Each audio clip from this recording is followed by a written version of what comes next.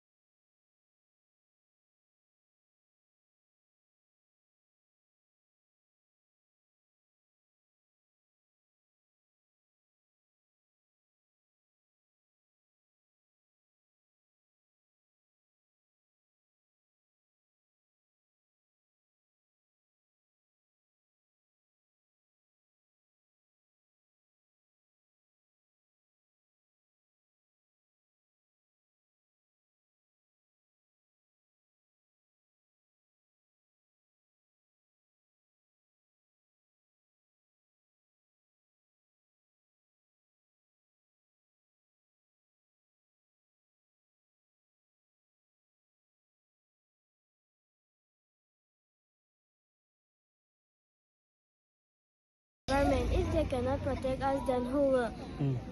Chief Minister and Home Minister who cannot protect, who are failed to protect the people, should resign.